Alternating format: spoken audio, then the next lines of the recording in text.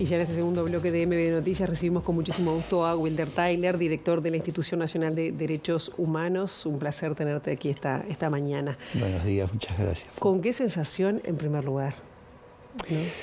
Encontrada, es una sensación agridulce, pero esencialmente es gratificante y es un alivio saber que por lo menos en este caso encontramos la verdad. Nos falta mucho, pero estamos en el buen camino, yo diría, porque uno va dudando cuando el tiempo pasa, y venimos muy despacio, ¿verdad? Cuando el tiempo pasa a veces se duda, los familiares nunca dudan, los demás a veces dudan, sobre si estaremos haciendo en el lugar correcto, con las metodologías. Pero bueno, de alguna manera también es confirmatorio de una línea de trabajo. Yo justamente de eso te quería preguntar, porque ya prácticamente pasaba un año y no había respuestas de la confirmación de la identidad. ¿Qué particularidades tuvo esta búsqueda en especial? Ayer Alicia Luciardo hablaba de no solo prueba genética, sino también de análisis antropológico y de contexto. Pero hay un gran trabajo de investigación que se llevó adelante desde la institución.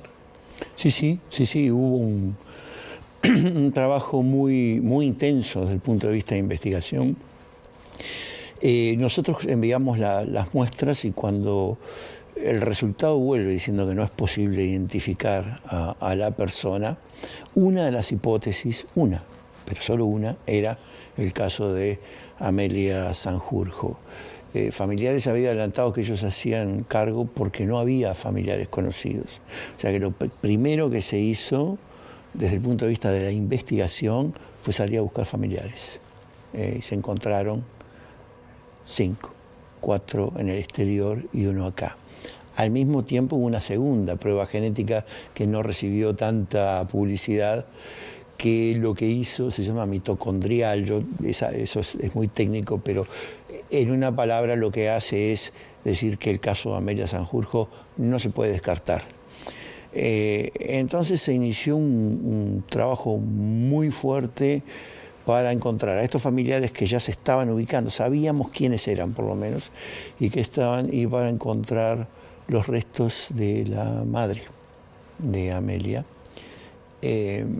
a través de una investigación documental en necrópolis, en empresas fúnebres, en fin, o sea, retrotrayéndose una cantidad de años, más de 20 años. Y se ubicaron, tanto documentalmente al menos, los restos, donde debían estar los restos de la madre y del padre. En el caso del padre nos quedó claro muy rápido que iba a ser imposible exhumar porque ya estaban en osario. En el caso de la madre fue bastante más complicado porque teníamos yo diría, un recorrido documental que nos llevaba a ciertos lados y allí no estaba. Estuvimos en el Panteón de Casa de Galicia, que estaba afectado por todos los problemas que sufrió esa institución, pero además por problemas materiales. O sea, hubo que desagotar un piso entero, porque estaba inundado, por ejemplo. No se podía llegar a una cantidad de nichos por la altura donde pensamos que sí podía estar. Tuvimos que recurrir a la gente del Zunca para que nos armaran andamios para llegar hasta ahí, porque tampoco entraban los elevadores al lugar donde había que ir. O sea, fue bien complicado. Se hizo muchísimo trabajo en ese panteón, no logramos dar con el paradero de la madre. Suponemos que puede haber sido enviada a Osario en cierto momento, pero después, siguiendo por otra línea de investigación, sí se encontró el cuerpo de una tía. Fue exhumado y se tomó una muestra. Entonces al final contábamos con muestras óseas y con una cantidad de muestras de sangre que fueron enviadas al laboratorio para un examen complejo. Ahora, todo esto que yo te lo resumo, son meses. Son toneladas de documentación porque no llegábamos, íbamos, hicimos una cantidad de inspecciones oculares en distintos panteones, en distintos lugares, en Montevideo, fuera de Montevideo, entrevistamos testigos. Bueno, al final... ¿Y por qué en Córdoba el laboratorio? ¿No es posible hacerlo acá? El laboratorio es el laboratorio del equipo argentino de antropología forense y tiene una virtud muy importante, y es que concentra las muestras genéticas de todo el Cono Sur y otros países del continente. Eso es muy importante porque como la represión fue multinacional, o sea, la Operación Cóndor, así conocida, trasladó gente para que fueran ejecutadas en distintos países de acuerdo a su nacionalidad, y los servicios de represión en esa época cruzaban fronteras libremente para ir a buscar gente, se traía gente, se llevaba gente. Es muy importante que los estudios se hagan contra toda la base. Claro. Y entonces es mejor tenerla concentrada. Si no hay que repetir todo eso en distintos países, no tiene ningún sentido. Te quería preguntar, porque ayer, de alguna manera, si no escuché mal, decías que bueno, se va a destrabar en breve, se supone, lo de la búsqueda en acá salgo por momentos salgo de casa, en el armamento del ejército, el predio, sí, el servicio de armamento, servicio de armamento del ejército. Pero también mencionaste, me pareció, predios privados. Sí, llamó la atención. En realidad, ¿qué predios estamos hablando? Nosotros hace mucho tiempo que trabajamos en predios privados, te puedo decir dos. La Chacra de Pando, sí, cuyo trabajo fue cerrado hace muy poco. Tú entrevistaste a Alicia sobre eso. Es un predio privado, es una propiedad privada. Estuvo en manos de la Fuerza Aérea hace décadas, pero siempre que hemos trabajado fue un predio privado. El año pasado volvimos a un predio privado en Paso de los Toros, aprovechando, mira que la sequía, porque la cota del lago había bajado tanto que fuimos a ver si encontrábamos los restos de Comensoro Hoffmann, que se supone que fueron vistos en el área. Nos permitió hacer una serie de correcciones en coordenadas, pero bueno, al final lamentablemente no tuvimos el hallazgo, pero es un predio privado. Y hay predios que a veces son contiguos a zonas militares que pueden o no haber estado en manos militares. Bueno, sobre esos hay varios que están en este momento a estudio. ¿Alguno en el foco? No, están en proceso judicial de cautela, así que por el momento esos no lo estamos indicando porque de pronto después nos sale. Y hay otros que están siendo negociados, pero va bien. Vamos a entrar. ¿Podemos avanzar en eso o no? Bueno, son predios contiguos a predios militares, digamos, para aproximarte un poco más. Pero por ahora no más que eso. Cuando lleguemos allí nosotros vamos a anunciar. Bien, otra cosa que me sorprendió ayer de la conferencia y te lo quería preguntar tiene que ver con, dijiste que había, que el número era estimado de 197, pero que había decenas. Dijiste decenas de personas o de que el equipo de investigación está trabajando en que puede haber más personas desaparecidas. Sí. ¿Con qué número o con qué certezas estamos trabajando ahí? Porque las denuncias sobre detenidos desaparecidos siguen llegando.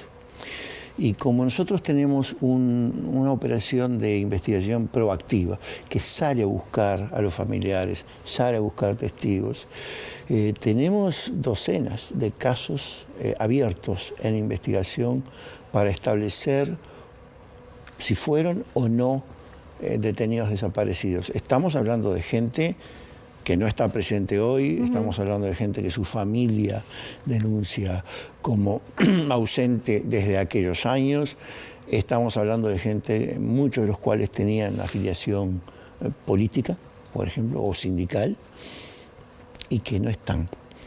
De los cuales en algunos casos sí sabemos que fueron arrestados o llevados a algún lugar, o hay una declaración de algún agente de las fuerzas del orden de la época de que tal persona se encontraba en tal lado, pero no se ha terminado de confirmar.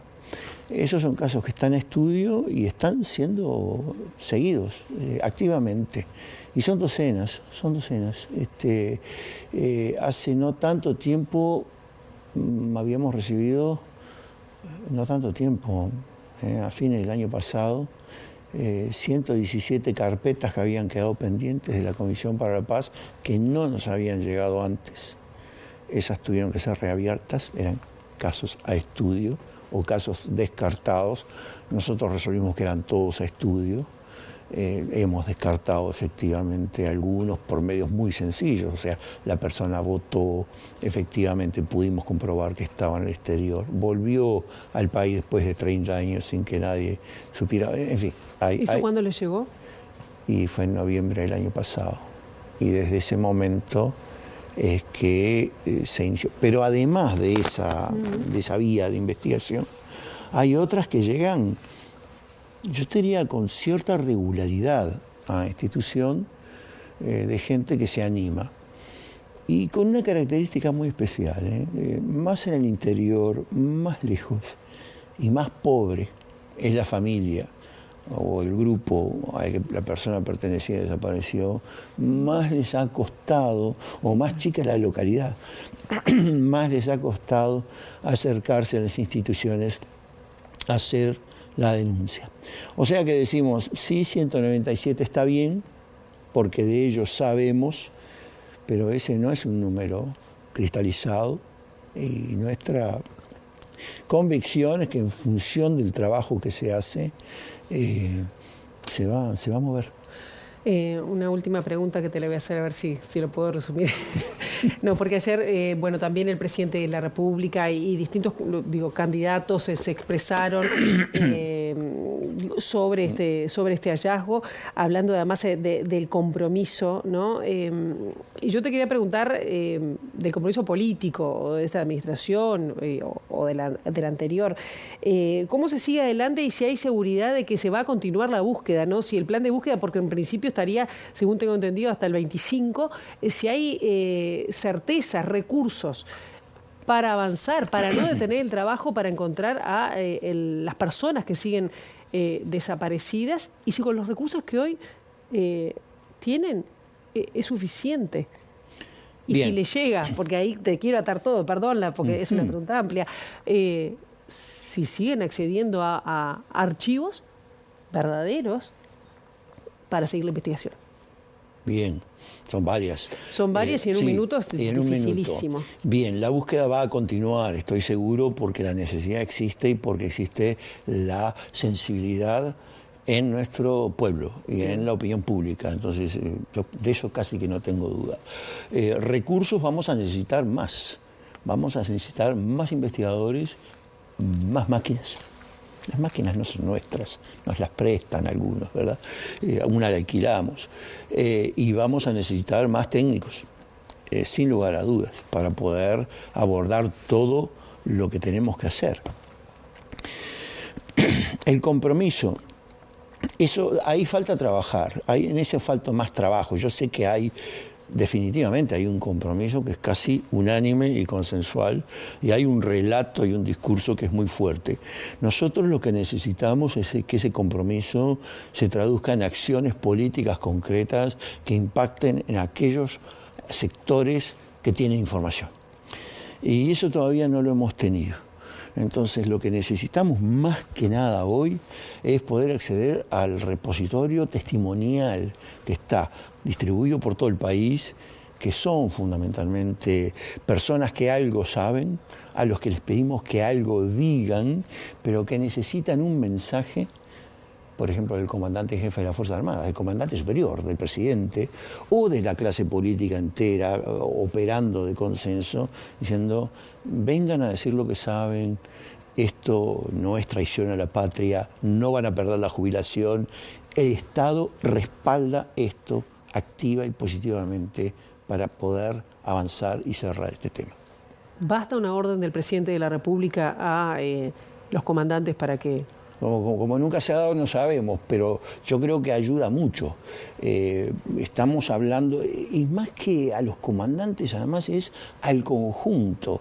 No nos olvidemos que aquellos que saben ya están retirados. Yo dudo de que hoy por hoy encontremos personas que estuvieron directamente involucradas en esos hechos y sigan en actividad. Es más, conversando, porque conversamos con regularidad con oficiales, no es eso nada que se defienda, por lo menos. Entonces, me parece, pero sí sabemos seguro que hay un repositorio testimonial disperso en nuestro país y que no ha querido hablar. Entonces necesitamos que alguien los estimule y les dé coraje para que eso se haga. ¿Por miedo? Por miedo, a veces por convicción, a veces creen que no está bien hacerlo, porque eso quizá no está bien con el mando, o porque podrían perder la jubilación. También ha pasado. Wilder Tyler, gracias por estos minutos. Muchas gracias a usted. Hasta un